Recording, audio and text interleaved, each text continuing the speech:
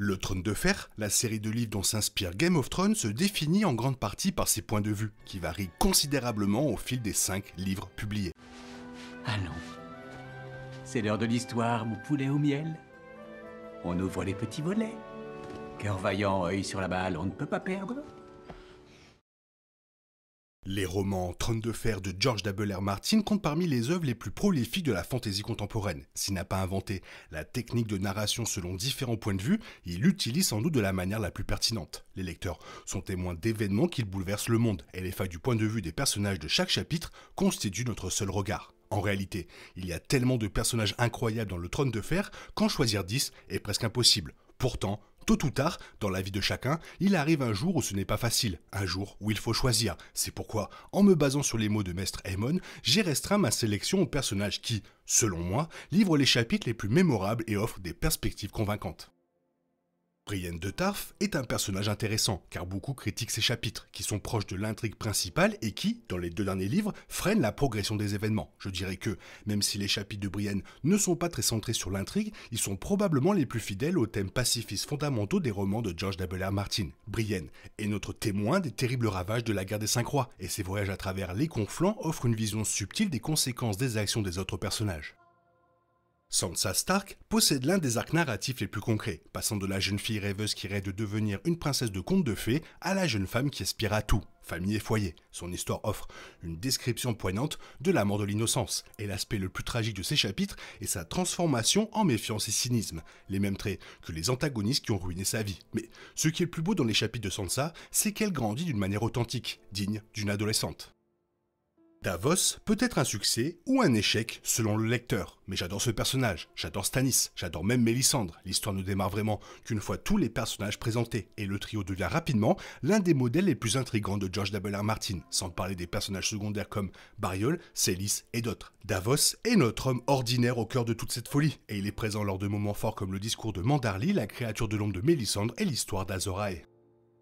Catelyn Stark est un autre choix qui divise, mais j'avoue n'avoir jamais compris la haine dévorante que certains lecteurs lui portent. Certes, ce qu'elle a fait à Jon est horrible, et elle fait des choix frustrants, mais cette série de livres est saluée pour son ambiguïté morale et Jaime Lannister est un favori des fans. Je trouve également injuste d'attribuer tous les échecs de Robb à ses décisions. Presque tous les personnages de ces livres ont tendance à faire preuve du mauvais jugement. Au-delà de la simple défense de Catelyn en tant que personne, je trouve ces chapitres incroyablement divertissants. Ce sont ceux où l'on découvre Robb, de jeune garçon à roi du Nord, l'affrontement entre Stannis et Rhaenys Baratheon, et, bien sûr, les noces pourpres. Associer le bouleversement psychologique d'une mère à certains des moments les plus marquants de ces romans est un choix phénoménal.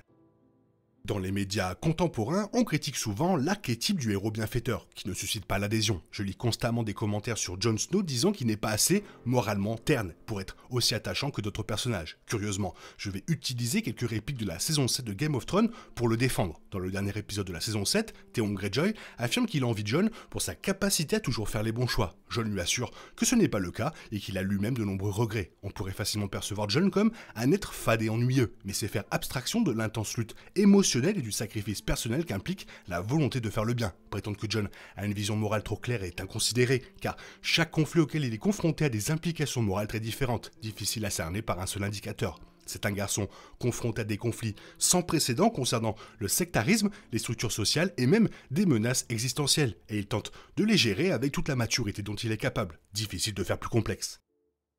Les chapitres d'Arya Stark offrent une nuance très similaire à celle que j'ai décrite pour Brienne. Nous découvrons le monde de Westeros ravagé par la guerre, mais cette fois à travers le regard d'une enfant en deuil. Arya est l'une des plus profondes subversions de Martin en matière de héros fantastiques, incarnant une jeune fille animée par une soif de vengeance et, ce faisant, se débarrassant de son identité, au sens propre comme au sens figuré. Arya Stark a été poussée par le chagrin de devenir personne et son histoire reste l'une des plus captivantes et poignantes des 5 volumes du Trône de Fer. Daenerys Targaryen est un mélange de gens pour moi. D'un côté, j'avoue que je trouve l'intrigue d'Essos la moins intéressante de l'histoire. De l'autre, Daenerys possède certains des chapitres les plus impressionnants de toute la série de livres, qu'il s'agisse de la naissance de ses dragons, de son incursion dans la maison des immortels ou de la bataille acharnée dans l'arène de Myrine. Le point de vue de Daenerys est celui qui fait passer le Trône de Fer d'une toile historico-politique à une épopée fantastique majestueuse. Alors que Daenerys Targaryen se relevait, une fumée noire sifflait et s'échappait de ses narines. Les deux autres se détachèrent de sa poitrine et ajoutèrent leur voix à l'appel. leurs ailes translucides se déployant et agitant l'air. Pour la première fois depuis des siècles, la nuit s'anima au son de la musique des dragons. Le mysticisme est l'un de mes éléments préférés des romans de George W. R. Martin. Pour moi, l'image de Daenerys et de ces dragons nouveau-nés sortant du bûcher, ou ces visions du prince Rhaegar et du prince qui fut promis par la prophétie, sont les attributs caractéristiques de la fantaisie romancée qui font de cette histoire le magnifique chef-d'œuvre qu'elle est. Cersei Lannister est tellement indissociable du phénomène culturel Game of Thrones et des enjeux de la série qu'on oublie facilement qu'elle n'est pas présentée comme un point de vue dans les premiers livres. De tous les personnages sans chapitre de point de vue dans ses premiers romans, la voix de Cersei est la plus forte, donnant l'impression qu'elle est présente en permanence et exerce une influence remarquable. Ainsi, lorsque nous découvrons enfin son point de vue, il est fascinant de découvrir que ce qui aurait pu être perçu auparavant comme une méchanceté sournoise est en réalité une paranoïa profondément ancrée et une peur existentielle.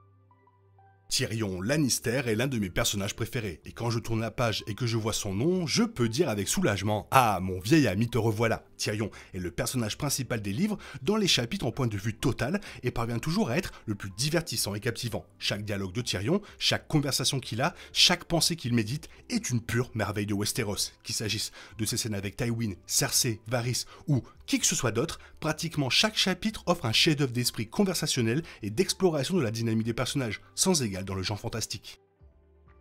Je commencerai par deux affirmations fondamentales sur Jaime Lannister, qui reflètent ce qui fait de lui le summum du talent narratif de George W. R. Martin. Je ne crois pas que Jaime Lannister soit une bonne personne, ni même un anti-héros. Je verserai probablement une larme à sa mort. Le fait que ces deux affirmations puissent être simultanément vraies témoigne de l'incroyable aventure qu'il entreprend dans A Storm of Word, le livre le plus marquant de Martin, qui a fait de Game of Thrones ce qu'il est aujourd'hui. On pense généralement à Jaime, il est détesté dans les deux premiers livres, puis devient sympathique. Mais ce n'est pas aussi simple ni linéaire. La beauté de l'histoire de Jaime ne réside pas dans le fait que Martin essaie de nous convaincre qu'il n'est pas un méchant. C'est l'aveu qu'on peut commettre des actes terribles tout en conservant une part de bonté, ou vice-versa. L'aimer ou le détester n'est pas l'essentiel, la question elle-même est essentielle. Le point de vue de Jaime incite le lecteur à se lancer dans un défi d'empathie, nous mettant au défi de la poser. Et oui, les Lannister sont en force dans ce top. Toi, qu'est-ce que tu en penses? Et surtout, la question qui se pose, quel est ton personnage POV préféré dans les livres de Trône de Fer? Fais-le moi savoir dans la zone commentaire, sinon il est temps pour toi de reprendre le cours normal de ta vie. Attention, derrière toi il y a un dragon, bisous bisous, bye bye. Il est impossible de compter sur les autres de nos jours, on est obligé de tout faire soi-même. Je me trompe? Rien de grave, j'avais tout prévu. Où va le monde, je vous le demande.